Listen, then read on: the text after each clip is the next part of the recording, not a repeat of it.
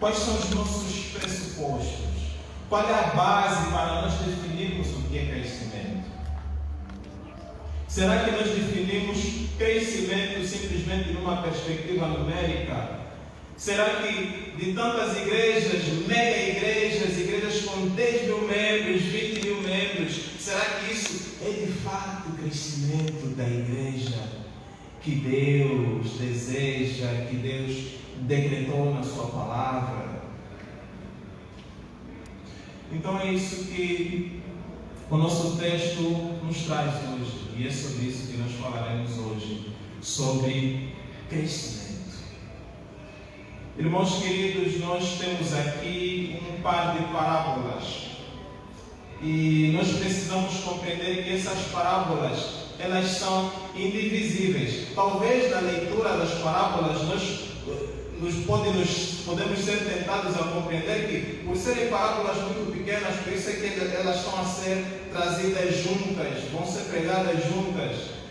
Mas a grande questão é que essas duas parábolas falam exatamente da mesma coisa. Elas são indivisíveis, elas complementam uma a outra. Por quê?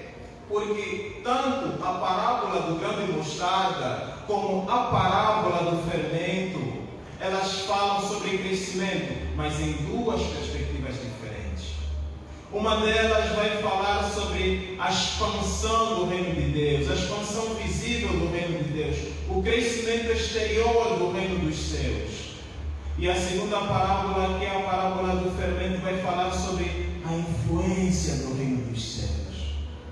Ela vai se referir à parte invisível, à parte que atua, à parte que influencia, à parte interior, a maneira com que o reino dos céus influencia. Então essas duas parábolas são indivisíveis por causa disso, porque uma trata sobre o crescimento visível e outra trata sobre o crescimento interior do reino dos céus.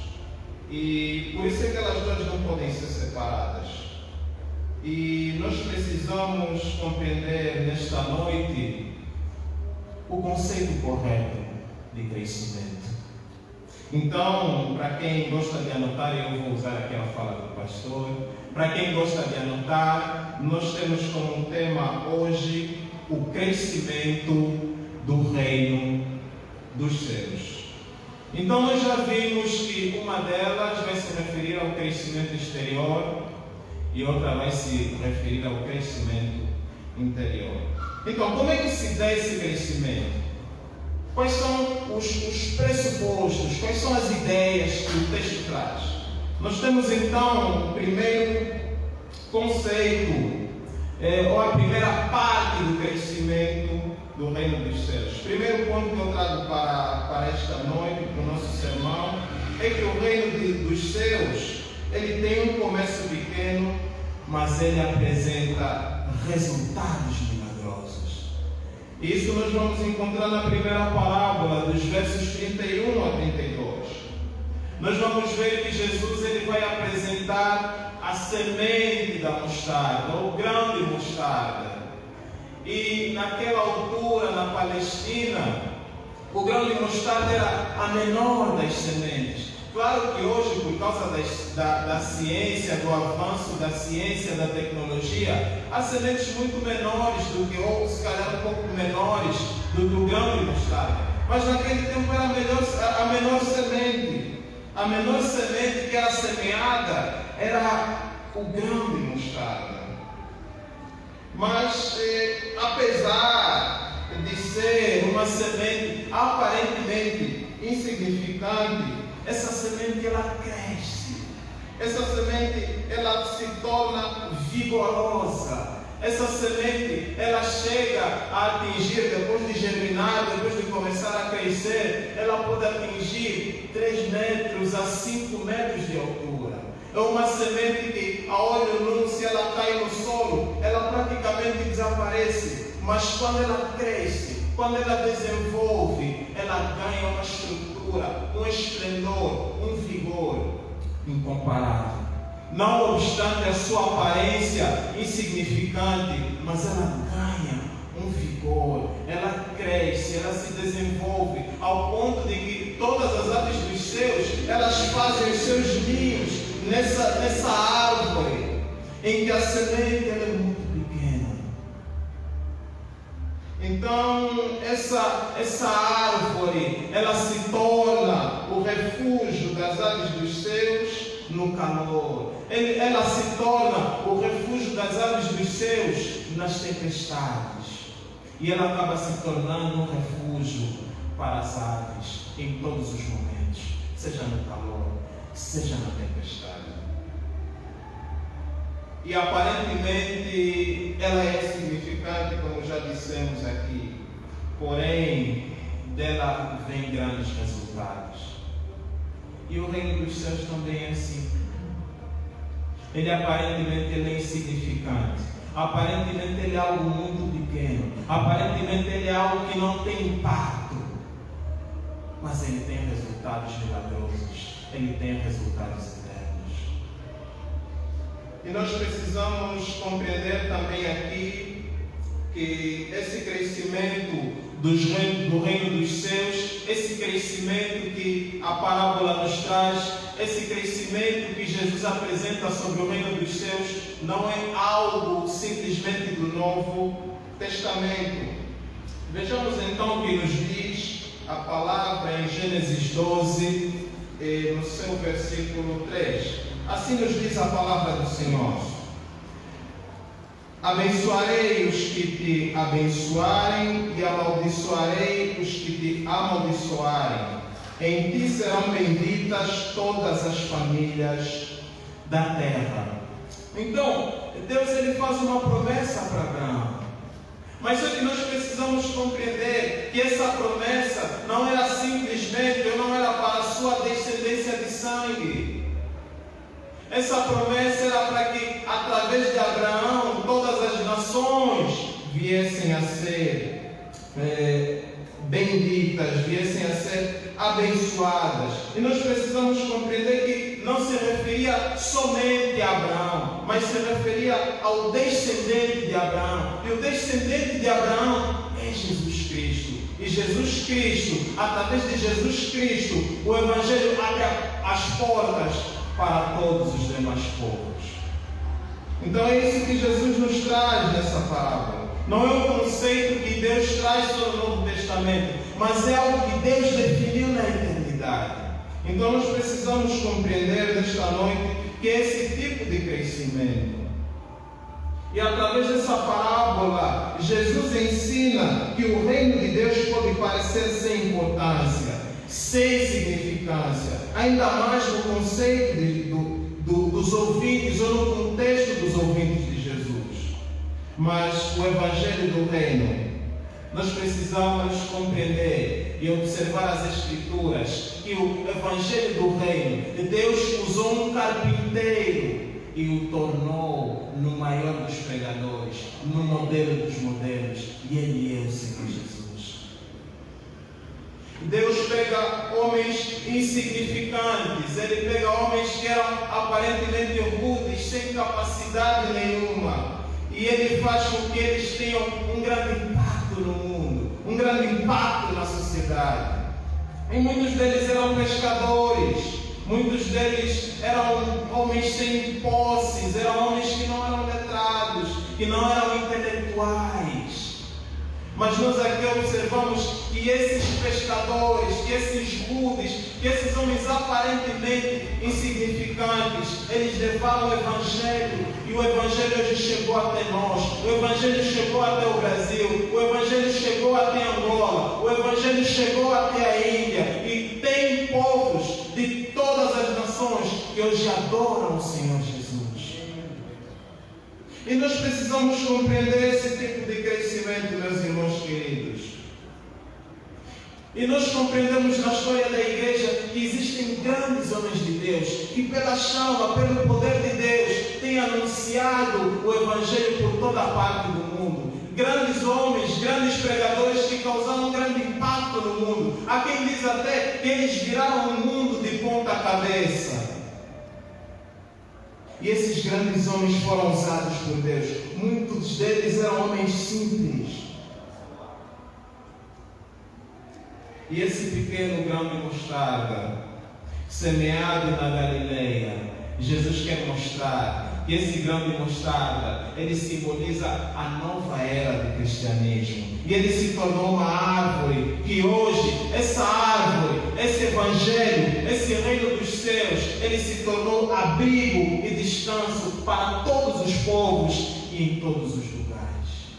Esse é o evangelho que o Senhor Jesus traz para nós. E qual é a ideia? A ideia aqui é mostrar para nós que o governo da graça, exercido por Jesus Cristo, não importa quão desprezado, quão aparentemente significante ele tenha sido no princípio, mas ele vai avançar, ele tem que avançar, e ele vai avançar, porque nós precisamos compreender que Jesus guia e continuará guiando o seu exército, a sua igreja, o seu reino aqui na terra, de vitória em vitória. E nós precisamos também compreender que essas palavras de Jesus, elas pareciam dizer algo do tipo: tenham paciência, exerçam a fé, continuem orando, continuem perseverando na obra de Cristo. Por quê? Porque o plano, porque o programa de Deus nunca, jamais ele pode fracassar. E isso também abrange a nós que viemos depois desses discípulos, depois desses ouvintes. Hoje em dia essa promessa, ela se torna mais real para nós.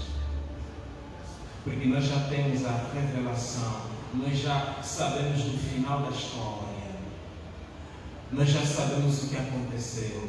Nós acompanhamos o sacrifício de Cristo Jesus, nós acompanhamos o flagelo, nós acompanhamos a morte, a ressurreição, a ascensão de Cristo Jesus, e Ele reina sobre todas as coisas.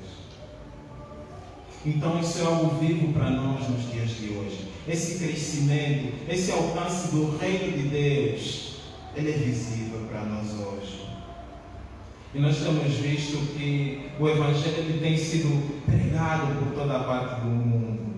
Ele chegou até nós. O reino do céu, ele tem conquistado territórios e territórios para que todos os povos adorem o Senhor. No entanto, nós precisamos compreender que essa árvore, esse reino dos céus, ele ainda não atingiu a sua maturidade máxima. Porque nós sabemos que existem inúmeros povos que ainda não conhecem o Evangelho. Nós sabemos que existem muitos povos que ainda não ouviram as boas novas de Cristo Jesus. E nós precisamos compreender que ainda existem nas nações inteiras, povos inteiros que não conhecem o Evangelho. E que elas estão destituídas. Nós já vimos a figura da árvore, do grão de mostarda, que é insignificante, e depois ele cresce. Existem nações inteiras que estão destituídas da sombra e do abrigo que é oferecida pelo reino dos céus. Nós precisamos compreender que os ramos dessa árvore, eles devem continuar a crescer, eles devem continuar a se desenvolver, para que eles possam trazer abrigo, para que eles possam trazer refúgio, para que eles possam trazer descanso para todos os povos da terra. E quando o Evangelho tiver sido pregado em todas as nações do mundo, para todos os povos, em todas as línguas, Jesus em Mateus 24:14, ele nos diz que então virá o fim e a árvore terá alcançado a sua plenitude. Eu vou tomar uma aguinha aqui.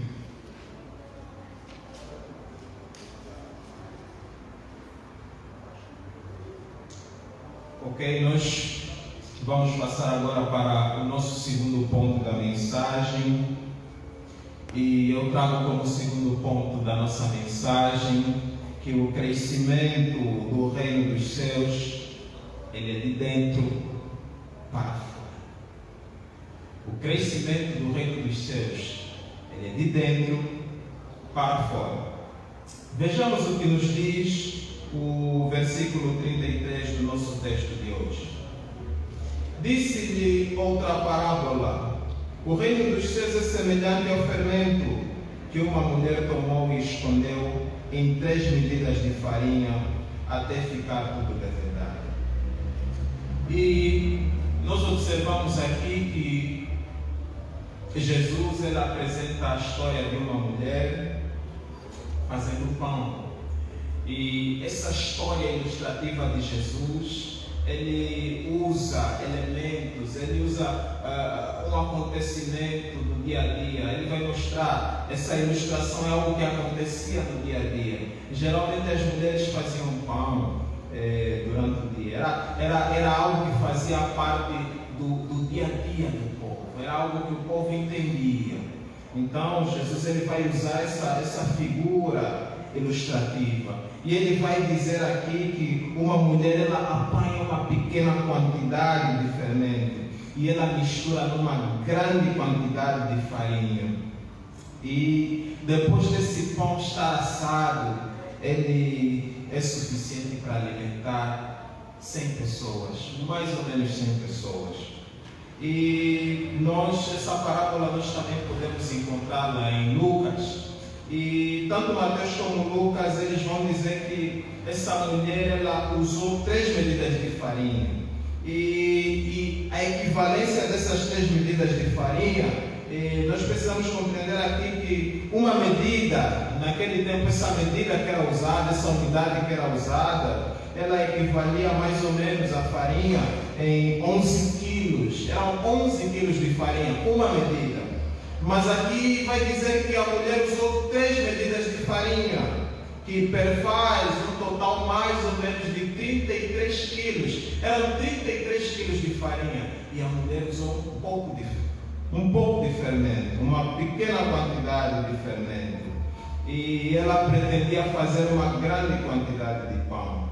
E nós vamos compreender que a farinha ou o fermento, depois de misturado na massa, ele desaparece.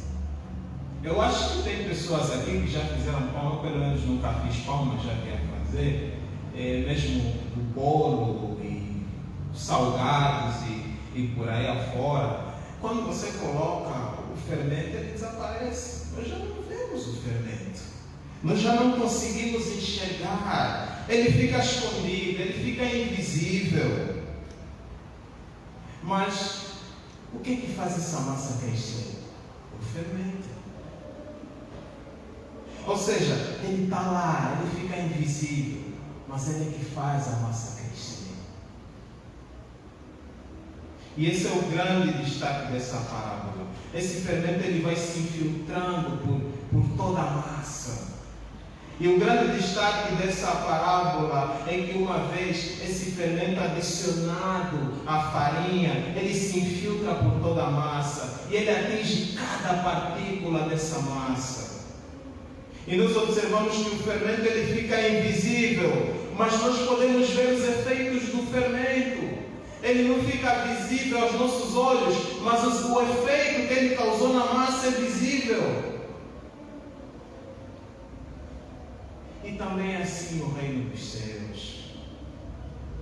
Jesus queria apresentar para nós que é dessa forma que é o reino dos céus nos nossos dias. É assim que o reino dos céus demonstra o seu poder. Ele aparentemente é invisível, mas ele está operando. E nós observamos que na parábola do grão de mostarda, Jesus tornou conhecida a expansão do Evangelho, a expansão do reino dos céus, a extensão, a conquista de territórios do Evangelho. Agora na parábola do fermento, ele vai focalizar a sua atenção no poder interior, na influência do reino dos céus sobre todas as coisas e em todas as coisas. A parábola do grão de mostarda ela vai apresentar a expansão e a proclamação do reino dos céus, vai apresentar a evangelização global, o alcance da igreja de forma visível.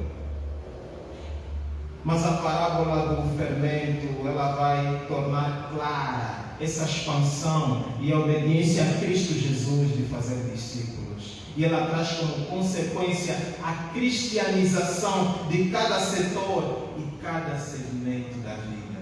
Uma vai tratar do crescimento visível, a outra ela vai tratar de redimir todas as áreas em Cristo Jesus, na cristianização de todas as áreas da vida, de todos os segmentos da vida. E se nós pararmos para pensar, como é que seria o mundo sem o Evangelho? Será que nós já paramos para pensar no efeito que o Evangelho tem nos nossos dias, do efeito que o Evangelho tem na história da humanidade? Nós vamos observar que até a música ela sofreu com os efeitos do Evangelho. Nós vamos observar que a arte, que a educação, todas essas áreas, todas essas manifestações culturais, elas sofreram com a influência do Evangelho. Nós vamos observar que a ajuda humanitária, o apoio aos drogados, tudo isso é influência da igreja, influência do Evangelho, influência do reino dos céus. Nós vamos ver a criação das universidades, as maiores universidades como Harvard, Yale, Princeton, foram todas fundadas com influência do Evangelho. Nós vamos observar que Martinho Lutero ele criou escolas públicas. Nós vamos observar que João Calvino ele criou escolas para refugiados. Nós vamos observar também aqui no Brasil a Universidade Mackenzie.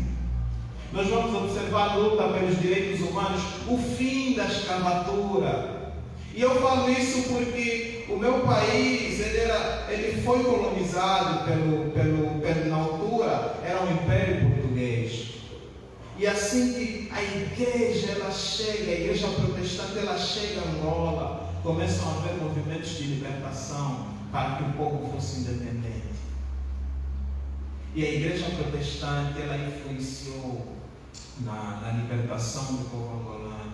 Porque dizem que foi um tempo de muita oração. A igreja influenciou de forma direta nos movimentos de libertação, na luta armada pela libertação do país.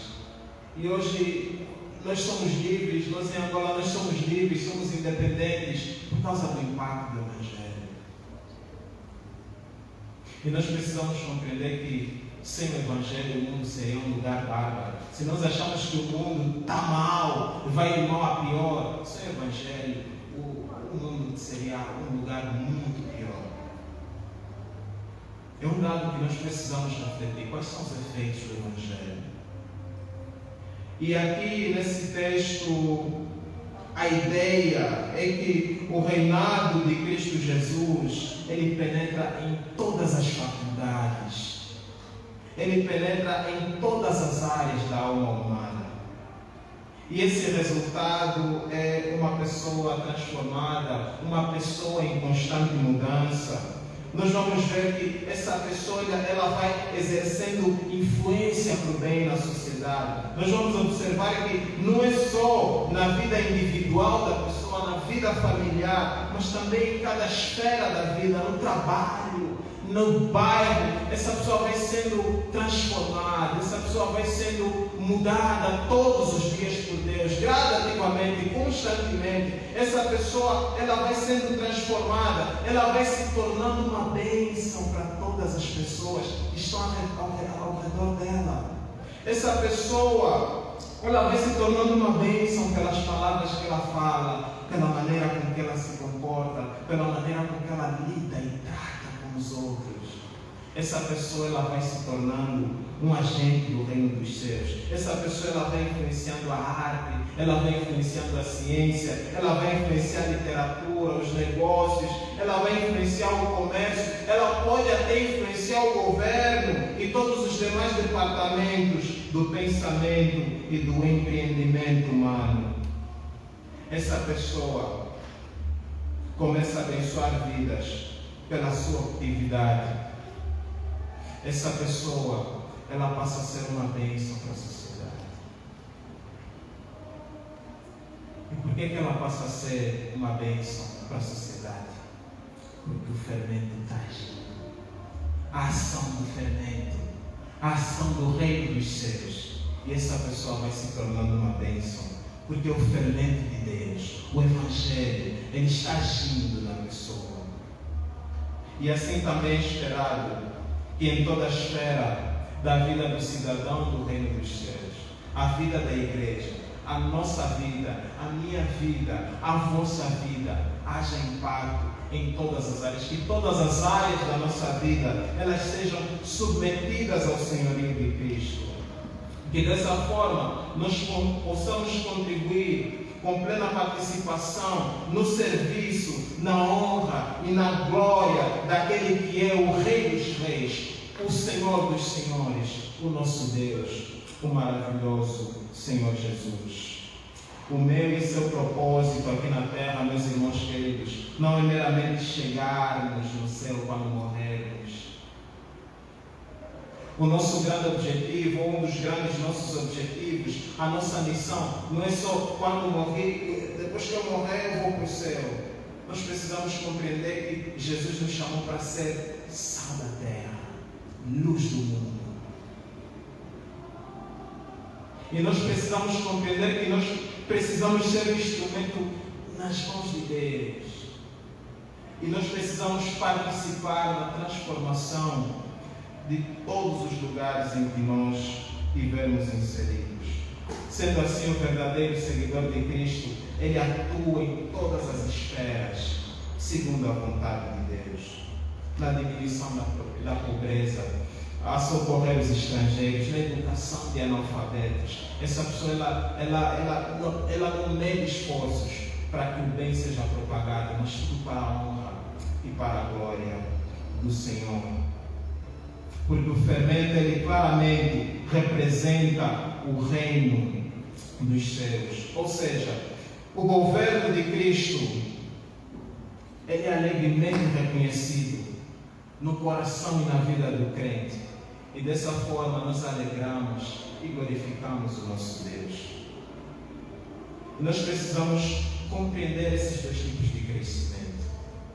O crescimento visível e o crescimento invisível. O crescimento visível, que é como um grão de mostarda, que é insignificante, aparentemente, mas ele cresce, ele desenvolve, ele se torna vistoso, se torna abrigo, se torna refúgio para todos os povos. E nós observamos aqui o crescimento interior, como fermento. Ele é invisível, ele não é perceptível, mas ele está lá, os efeitos são visíveis, nós não conseguimos vê-lo, nós não conseguimos contemplar de forma visível o agir de Deus, mas nós conseguimos ver os efeitos do agir de Deus na sociedade e em nós.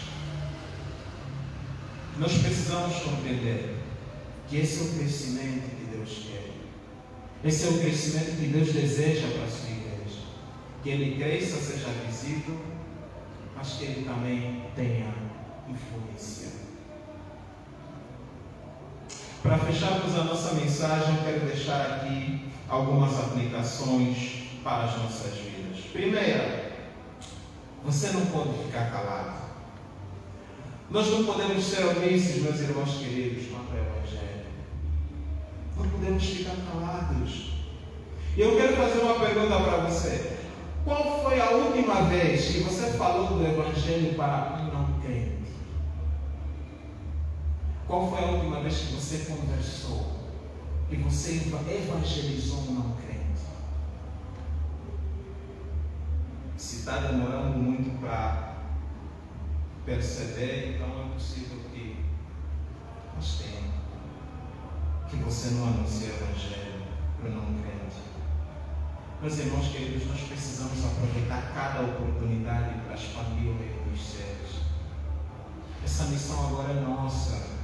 O Senhor Jesus, ele deixa a missão de expansão para nós, que somos a sua igreja, que somos os cidadãos do reino dos céus.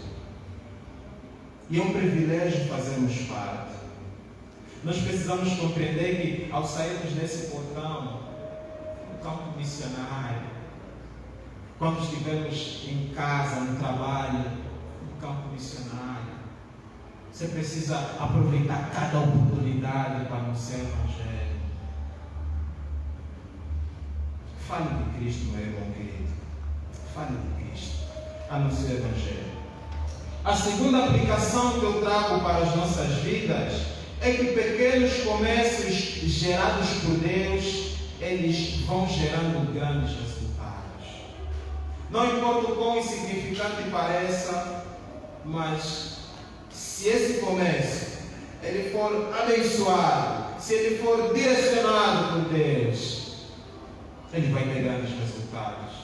Se em algum momento ele vier ao coração começar um núcleo de oração no seu bairro, um núcleo de oração com os irmãos da igreja que vivem perto de você, faça. Faça. É possível que seja o Senhor colocando isso no seu coração. É possível que seja o Senhor empurrando você para que você possa começar algo, embora que pequeno, insignificante, mas é algo que Deus pode usar para grandes resultados. E não se preocupe com a insignificância, porque Deus não nos chamou para sermos bem-sucedidos, Deus nos chamou para sermos fiéis. Nós precisamos compreender que nós não podemos medir as coisas pelo sucesso, mas nós precisamos medir as coisas pela fidelidade ao Senhor. A terceira aplicação que eu trago para as nossas vidas é que precisamos não só anunciar a palavra, mas ser uma influência cristã na sociedade. Porque é possível nós termos uma igreja que tenha 1000 pessoas, mas são apenas frequentadores, frequentam apenas a igreja. Mas nós podemos ter uma igreja com 50 pessoas, mas com membros que são comprometidos em fazer a mudança, em participar na mudança da sociedade, em participar na mudança do seu bairro, em participar na mudança da sua família, em participar na mudança da sua cidade, em participar na mudança de Vargem Grande. E eu quero fazer uma pergunta. Esse membro é você? Você está comprometido com a mudança? Você está comprometido com a influência do reino dos céus em todas as esferas da sociedade, em todas as esferas humanas? Você está comprometido com isso? Essa pergunta não é só para os irmãos queridos, também é para mim. Será que nós somos esse membro da igreja que tem esse compromisso com o reino dos céus, com a influência? Nós somos esse membro. A quarta aplicação que eu trago para as nossas vidas é que nesse mundo é impossível sermos neutros. Eu vou explicar um pouquinho isso. Nesse mundo é impossível nós sermos neutros. E eu quero fazer mais algumas perguntas. Eu estou fazendo muitas perguntas, me perdoe, mas eu preciso fazer essas perguntas. No seu trabalho, na sua faculdade, na sua escola, quem está influenciando quem? Você está influenciando as pessoas? Ou as pessoas é que estão influenciando você? Você como cristão, você tem influenciado os seus colegas que não são cristãos? Ou eles é que têm influenciado você? O Evangelho é perceptível na sua vida. As pessoas conseguem notar o Evangelho na sua vida, conseguem notar a influência do reino dos céus na sua vida. Será que você é um funcionário exemplar? Será que você faz o seu trabalho o melhor possível ou você faz do jeito que dá? Será que você trabalha com alegria ou você trabalha porque simplesmente você tem que trabalhar para ganhar o pão? Meus irmãos queridos, nós precisamos ser a influência de Cristo. Nós precisamos trazer esses amigos, esses colegas, à igreja de Cristo. Essa missão é nossa, essa missão é sua. Nós precisamos ser essa influência, porque o reino dos céus, o fermento, ele está agindo em nós. E existe a grande possibilidade, e eu falo isso não só para os irmãos, eu falo isso para mim, existe a grande possibilidade de que, se isso não é real na sua vida, existe a grande possibilidade, existe a grande probabilidade de que você está aqui na igreja, mas o reino dos céus ainda não impactou a sua vida. Ele ainda não alcançou o seu coração. ele ainda não alcançou a sua mente, ele ainda não se enraizou em você. Se esse é o seu caso, quero dizer a você, meu irmão, você precisa se arrepender, você precisa crer no Senhor Jesus, e você precisa clamar pela graça transformadora e renovadora de Deus, para que essas coisas sejam reais na sua vida. Senão, ainda que nós estejamos há 20 anos, 30 anos na igreja, e não formos esse crente em que o fermento está agindo, que seja influência, nós estaremos perdendo tempo. Então que isso seja uma realidade na minha vida, na sua vida, e desta forma o nosso Deus seja glorificado. Essa é a palavra que nós temos para hoje, que Ele possa abençoar nos nossos corações. Amém? Vamos orar em nome de Jesus. Pai, muito obrigado pela Tua palavra. Oh Pai, existem verdades que são duras, mas nós sabemos que o Senhor corrige aqueles que amam. Oh Pai, nós agradecemos pela Tua correção nessa noite, porque nós compreendemos aquilo que é crescimento. Nós compreendemos os pressupostos do crescimento do Teu reino, tanto na sociedade, tanto na igreja, como na nossa vida pessoal. Oh Pai, nessa hora nós nos arrependemos por todas as vezes que deveríamos ter pregado o Teu Evangelho e não fizemos, por todas as vezes que fomos omissos, por todas as vezes que não fomos participantes ativos, Senhor, no crescimento, na expansão do Teu reino, por todas as vezes que não influenciamos, Senhor, com a nossa vida, por todas as vezes que negligenciamos as oportunidades para que o Teu reino cresça, para que o Teu reino desenvolva, para que as árvores, os ramos cresçam e outras pessoas venham ao abrigo, ao reino dos céus, ó Pai. Que nessa hora o Senhor possa transformar-nos, que o Senhor possa derramar o Teu fermento nas nossas vidas, que nós possamos, ó Pai querido, exaltar-te, Senhor, em todas as áreas da nossa vida, com tudo que nós fizermos. Ó Pai, essa é a nossa oração.